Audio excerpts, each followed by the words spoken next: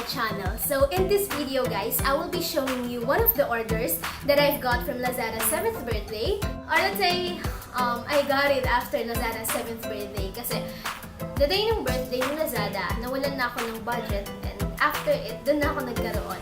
So, pinili ko na siya and I believe magagamit ko siya whenever I vlog or anywhere, like anytime kapag kailangan ko, lalo na kapag madilim. So, pwede ko siyang gamitin. And at least, meron na kayong idea kung ano siya.